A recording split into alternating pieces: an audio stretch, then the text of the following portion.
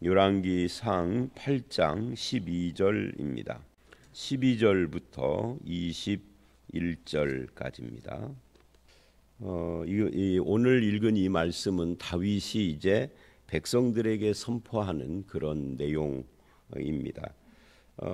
그때라고 12절 솔로몬이 말한 시점을 이야기를 하는데, 그때가 어제 말씀에 구름이 성전에 가득한 그때, 여호와께서 그 영광으로 임재한 그때에 솔로몬이 선포를 했다 하는 이야기죠. 솔로몬은 7년 동안 성전을 공사하면서 온 힘을 다했습니다. 수많은 일꾼, 물질 이런 것들을 쏟아 부었고, 그렇다면 이제 완공한 후에 무엇이라고 말을 해야 할까? 예를 들면 건축 완공 또는 준공 보고회 같은 것을 한다면 뭐라고 이야기를 해야 할까? 아마 오늘날 우리들 같으면 예배당을 건축하고 봉헌 예배를 하는 곳에서 봉헌 순서 중에 지금까지 건축 경과 보고 뭐 이런 것을 하는 경우들이 많잖아요. 그럴 때 아마 이렇게 이야기를 할 거예요. 뭐 그 순서 중에 아주 특이한 순서들이 그 건축을 한 그 시공사 사장을 오라고 그래서 감사패를 전하고, 그리고 위원장이 보고를 하면서 자기들이 어떻게 피땀을 흘리고 눈물로 이렇게 어려운데도 이 건축을 완수를 했는가 하는 그런 보고를 하게 될 것 같습니다. 아마 자화자찬 같은 것도 조금씩 할 것이고, 그리고 이제 제일 이상한 순서 하나가 있죠. 그게 뭐냐면 황금으로 된 열쇠를 만들어서 담임 목사에게 증정을 하는 그런 시간입니다. 그러면서 뭐 이 집은 어쩌고 뭐 천국 열쇠 열면 닫을 자가 없고 이런 말을 하는 것으로 이제 순서가 이제 막바지로 가게 되죠. 그러나 그런 것들은 오늘 이 본문에서 말하는, 그리고 이 성전 건축과 관계되는 이 성경들이 이야기를 하는 이 성경 말씀의 정신과는 좀 맞지 않아요. 최초의 성전 봉헌식을 하면서 솔로몬은 뭐라고 하는가, 그게 아주 중요하죠. 여기 보면은 여호와께서 캄캄한 데 계시겠다 말씀하셨사오나, 캄캄한 데 계신다 할 때 이게 지성소를 말하는 겁니다. 지성소는 창문이 없잖아요. 그리고 거기에 빽빽한 구름이 임했어요. 그야말로 캄캄한 곳이죠. 거기에 계신다고 말씀하셨지만 그런 뜻이에요. 내가 참으로 주를 위하여 계실 성전을 건축하였습니다. 영원히 계실 서소로소이다. 하나님이 계신다. 임마누엘. 이 하나님이 계신다라는 것이 성전에는 제일 중요한 거예요.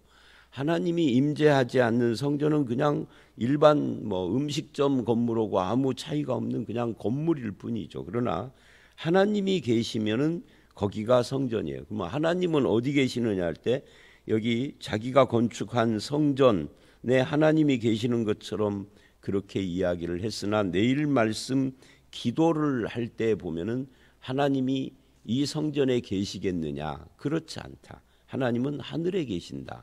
이 성전은 이름을 둔 곳이다 라고 그렇게 솔로몬 자신이 스스로 이야기를 해요. 그러니까 하나님이 계신다 하는 것은 뭐 하나님이 물리적으로 계신다 그런 의미보다는 하나님이 우리와 함께 하는 것을 상징한다라는 그런 뜻으로 해석을 하면 되게 좋을 것 같습니다. 하나님이 함께 계신다를 상징하던, 하나님이 계시던 이름을 두신 곳이던 핵심은 임마누엘, 임재라는 이야기예요. 하나님이 임재한다라는 것을 이스라엘 백성들이 믿고 그 하나님 앞에서 살아가는 삶을 위해서 성전이 존재를 하는 것인데, 이제 성전이 지어진 뒤로 처음에는 이렇게 시작을 하지만 점점점 성전 자체와 하나님이 혼동돼요. 그래서 성전을 믿는 거죠. 성전이 있으니 우리와 함께 있으니 우리는 멸망하지 않는다 이렇게 나가고, 사실은 성전이 있으니가 아니라 하나님이 나와 함께 하신다면 우리는 망하지 않는다 이래야 하는데, 하나님이 아니라 성전이 함께 있는 것으로 그렇게 이제 뭐라 그럴까요? 의미가 전환이 되면서 신앙이 살짝 퇴색하게 되는 거죠. 그러다가 이제 나중에는 막 우상도 여기다 갖다 놓기도 하고 별짓을 다 하게 돼요. 어쨌든 지금 현재는 영원히 계실 처소로소이다. 그렇게 하나님 앞에 고백을 하고 얼굴을 돌이켜 이스라엘 회중에게, 그러니까 1, 2절은 지금 하나님 앞에 솔로몬이 그렇게 고백을 한 거예요. 그리고 돌이켜 회중들에게 하는 말이 14절서부터 21절까지의 이야기입니다. 거기에 보면은 14절에 이래요. 얼굴을 돌이켜 이스라엘 회중을 위하여 축복하니 그때 이스라엘 회중이 다 서 있었다. 서서 이 말을 듣고 그리고 내일 말씀에 길게 나오는 이 기도를 다 듣고 이 봉헌식을 진행을 하고 있는 거죠. 그리고 이렇게 이야기를 해요. 왕이 이르되, 이제 솔로몬이 지금 말하는 겁니다. 이스라엘 하나님 여호와를 송축할지로다. 여호와께서 그의 입으로 내 아버지 다윗에게 말씀하신 것을 이제 그의 손으로 이루셨도다 이르시기를. 그러니까 16절 이하는 하나님이 하신 말씀을 소개를 하는 거고 15절은 그 서론인데, 이게 이제 오늘 말씀의 핵심을 이루는 거죠. 여호와께서 그 입으로 내 아버지 다윗에게 말씀하신 것을 이제 그 손으로 이루셨다. 자, 이 부분 바로 이것 때문에 오늘날 우리가 성전이라고 하면서 교회당 봉헌을 할 때 하는 것들과 좀 다르다는 거예요. 우리는 얼마나 우리가 고생하며 이거를 했는지, 얼마나 사람들이 애썼는지, 수고한 사장, 그리고 앞장선 목사, 또 위원장, 이런 사람들을 부각을 했다면, 여기서는 하나님이 말씀하신 것을 그 손으로 이루셨다. 하나님이 하셨다, 이거. 우리가 한 거 아니다. 실제로는 솔로몬과 많은 사역자들, 그리고 일꾼들, 다윗이 또 준비도 했고, 백성들이 다 또 뭘 드리고 다 함께 하고 했겠죠. 그렇게 해서 이루었지만 하나님이 그 말씀을 이룬 것이다 라고 고백을 하고 있다는 거죠. 백성들이 한 것도 아니고 일꾼들이 한 것도 아니고 솔로몬이 한 것도 아니다는 거예요. 히람이 한 것도 아니다는 거죠. 여호와께서 하셨다. 이게 중요해요. 이건 우리에게도 도전이 되는 거죠. 이 15절 말씀뿐만 아니라 19절도 그러나 너는 그 성전을 건축하지 못할 것이요 내 몸에서 날 내 아들 그가 내 이름을 위하여 성전을 건축하리라. 이게 이제 사무엘하 7장에 나오는 거죠. 사무엘하 7장하고 살짝 16절로 19절 말씀이 좀 다른, 약간 좀 다른 부분이 있지만 그건 이제 솔로몬이 이제 해석을 해서 하는 것이니까, 어쨌든 하나님께서 그렇게 내 아들이 건축을 하리라 한 그 말씀대로 아들이 건축했다가 아니라 하나님이 건축을 했다, 이렇게 이야기를 해요. 20절도 그러죠. 이제 여호와께서 말씀하신 대로, 이게 15절하고 연결이 돼요. 그 말씀하신 것을 이제 손으로 이루셨다라고 15절에 그랬는데 20절은 이제 여호와께서 말씀하신 대로 이루시다. 여호와께서 이루셨다. 어떻게? 말씀하신 대로. 내가 여호와께서 말씀하신 대로 내 아버지 다윗을 이어 일어나 이스라엘 왕위에 앉고, 이 솔로몬은 자기가 왕이 된 것도 하나님이 말씀하신 것을 이루신 것이다. 그렇게 지금 이야기를 하고, 이스라엘 하나님 여호와를 위하여 성전을 건축하고, 내가 성전을 건축했지만 그것도 여호와께서 말씀하신 대로 되어진 것이다 라고 합니다.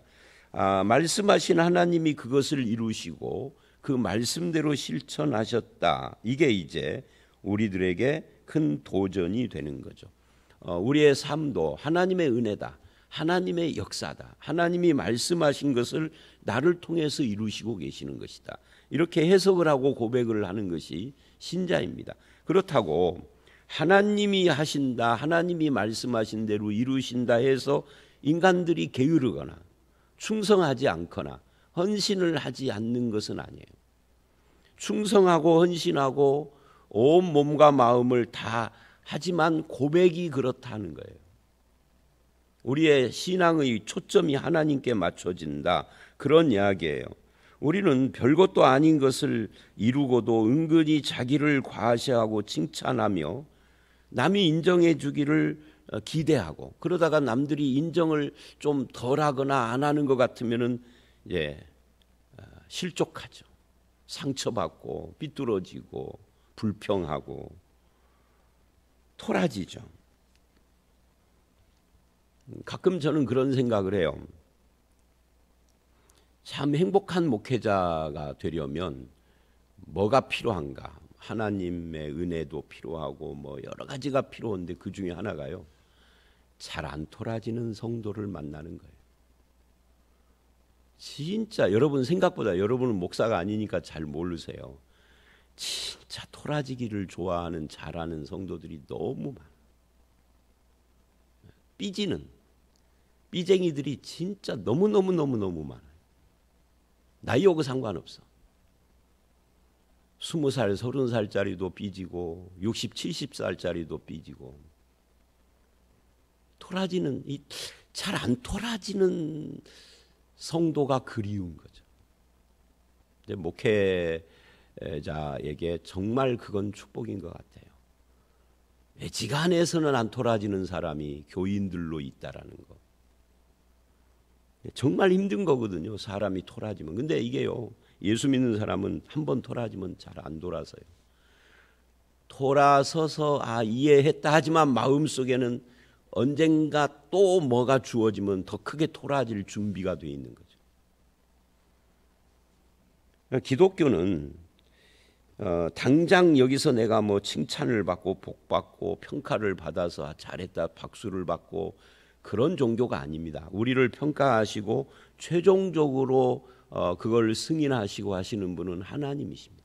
그래서 우리가 하나님 앞에서 살아야지, 목사가 나를 인정해 주니 안 하니, 뭐 이 교회가 나를 인정해 주니 안 하니, 그딴 말 하면서 그렇게 신앙생활을 어린애같이 하는 것은 기독교적인 모습이 아니에요. 성경이 말하는 기독교는 그런 것이 아닙니다.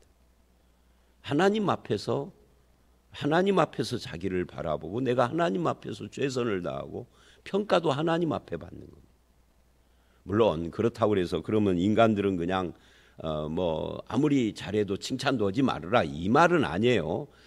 내가 다른 사람을 칭찬하고 격려하고는 해야 하지만 내가 누군가에게 그런 칭찬과 격려와 인정을 못 받는다고 삐지는 것은 그거는 아니다라는 이야기를 하는 겁니다. 우리는 사람이 잘하면 박수도 치고 칭찬도 해야 합니다. 어떤 사람들은 또 이런 이상한 말 하는 사람들이 있죠. 하나님께 칭찬받아 하고는 자기는 비난만 해. 그런 거 말고 우리도 칭찬도 하고 인정도 해야 되지만, 그러나 그 인정받고 싶은 나의 입장에서는 사람이 아니라 하나님을 바라보고 하나님의 평가와 판단을 그런 것을 생각을 해야 한다라는 이야기예요.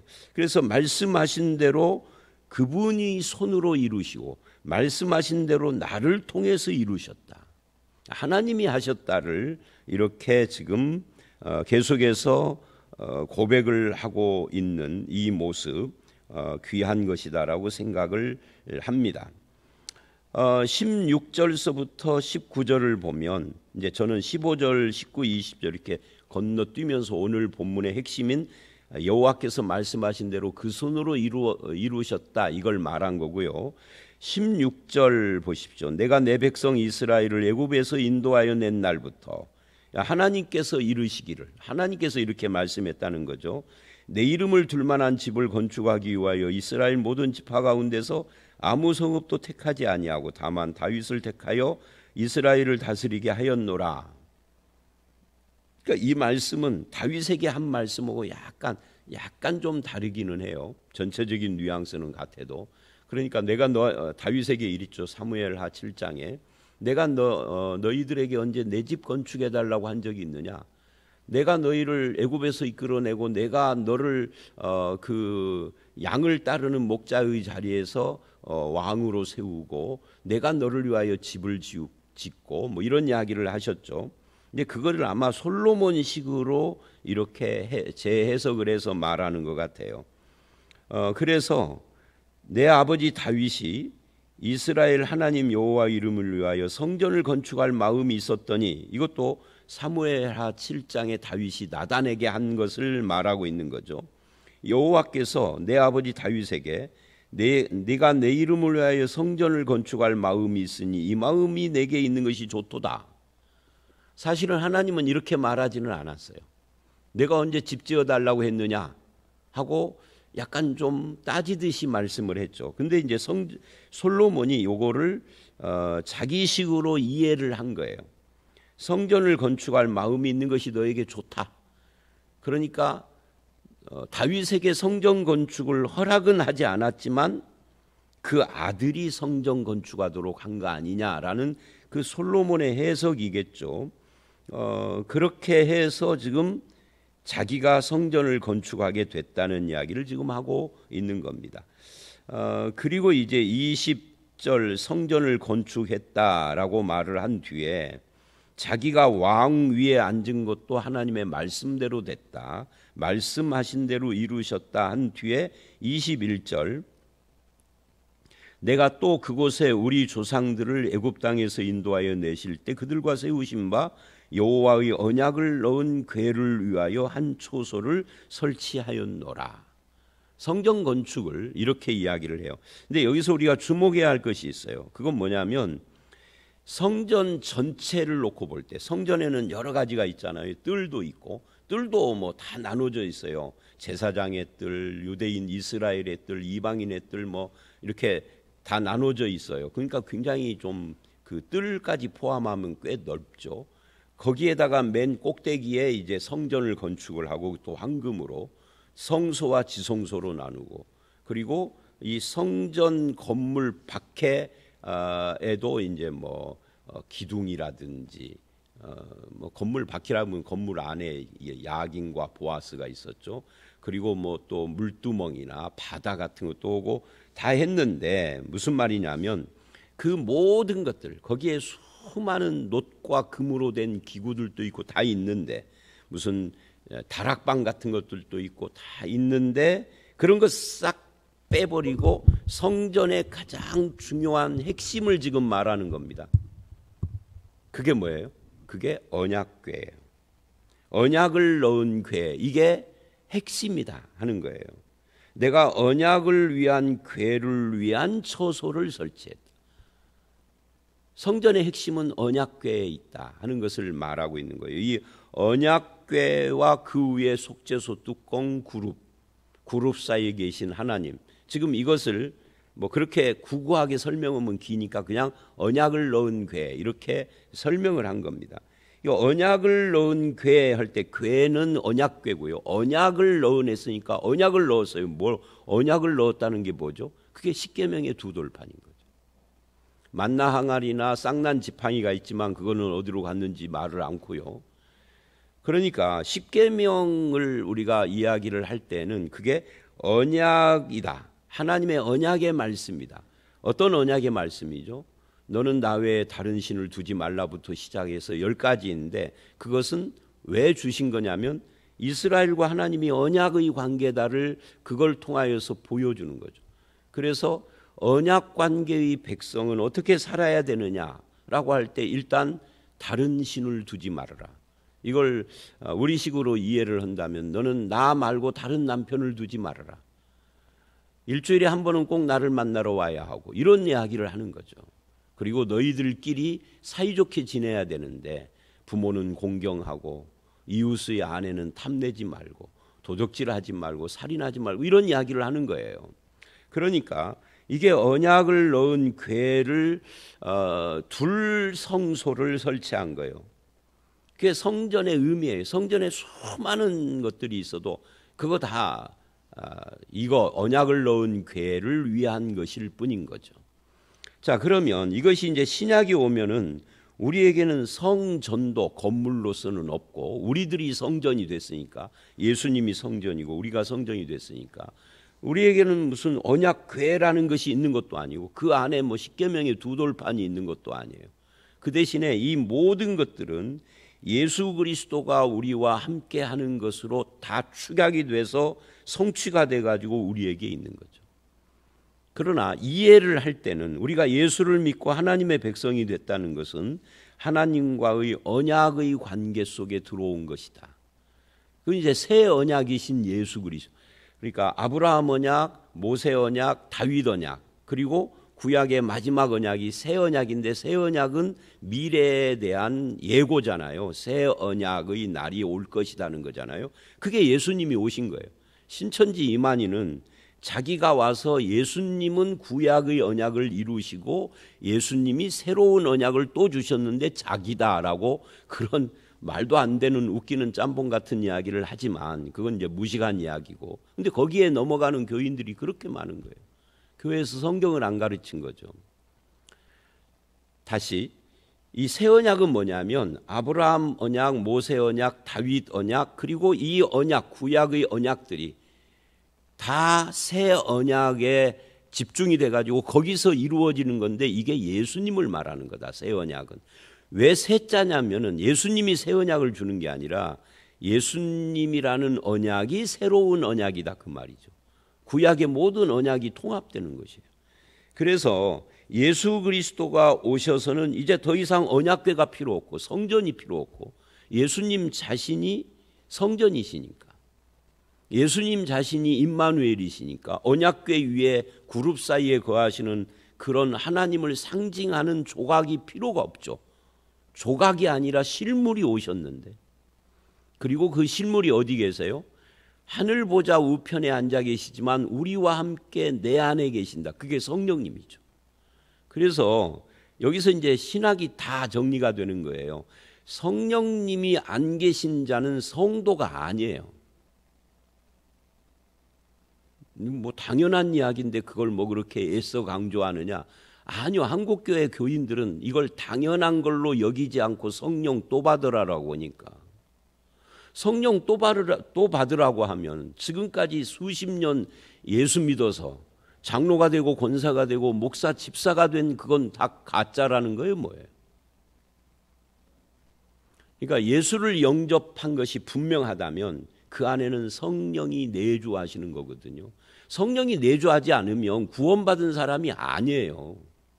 성령이 내주한다라는 것은 바로 임마누엘이신 예수님이 하늘 보좌에 계시는데 그의 영을 우리에게 주셔서 예수님이 내 안에 계시는 것을 말하는 거예요.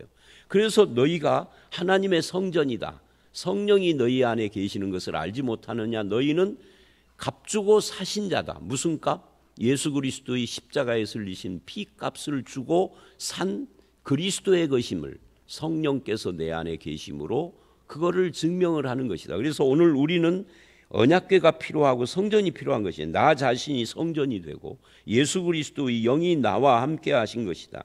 문제는 이제 하나님의 언약 백성으로서 그 언약의 말씀을 내 삶의 정신으로 받아들이고 사는 것이 중요하고, 나와 함께 계시는 그 성령님, 즉 하나님과 함께 그 하나님의 영광을 위하여서 살아가는 것이 중요하다. 그리고 갈라디아서 2장 20절이 말하는 것처럼 이제 내가 사는 것은 내가 아니요 내 안에 계시는 그리스도께서 사는 것이라 라고 고백을 하걸, 또 내가 사는 것은 내가 아니라 그리스도가 사시는 것이다 라고 그렇게 고백을 할 수 있는 자가 되는 거죠. 쭉 그냥 안 쉬고 왔는데요, 오늘 말씀이 바로 여기까지인 겁니다. 그래서 자기를 드러내는 것이 아니라 하나님을 드러내고 하나님의 영광을 드러내는 이 솔로몬의 이 말, 이것이 우리에게는 굉장히 중요한 것입니다.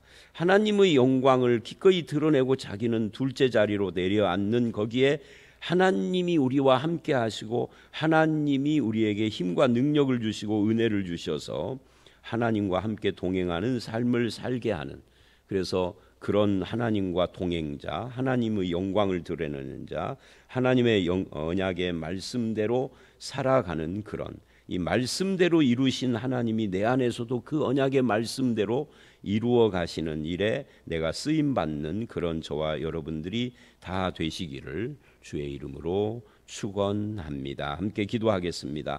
하나님 아버지, 솔로몬이 성전 건축을 하고 이제 봉헌식을 하는 자리에서 하나님이 계시는 처소로서 성전을 이야기를 하며 언약의 궤를 위한 처소라고 고백한 것을 봅니다. 하나님의 언약을 둔 그런 성전이 하나님이 함께 하시는 것이고, 그것은 우리에게는 예수 그리스도로 말미암아 성취돼서 성령이 함께하며 예수가 우리의 머리가 된 참 성전 되신 그 임마누엘의 그 뜻이 있음을 알았습니다. 우리의 남은 생애가 주님과 동행하며 임마누엘 하나님과 함께하는 은혜를 맛보며 사는 저희들이 되게 하시고, 하나님의 말씀을 기뻐하고 그 언약의 말씀에 정신을 따라서 살아가는 것을 즐거워하는 저희들이 되게 하시며, 그 말씀과 임마누엘 하나님을 누리는 저희들이 되게 하여 주시옵소서. 모든 것을 하나님의 말씀대로 이루시되 성전뿐만 아니라 자기의 인생도 하나님의 말씀의 뜻대로 되어졌다고 고백하는 솔로몬처럼 우리도 그렇게 내 삶을 통하여서 하나님이 역사하시며 말씀을 이루셨다라고 고백할 수 있는 그런 인생길을 살아가게 하여 주시옵소서. 하나님의 영광이 나를 통하여서 나타나기를 원하오며 예수님 이름으로 기도드려 싸움나이다. 아멘.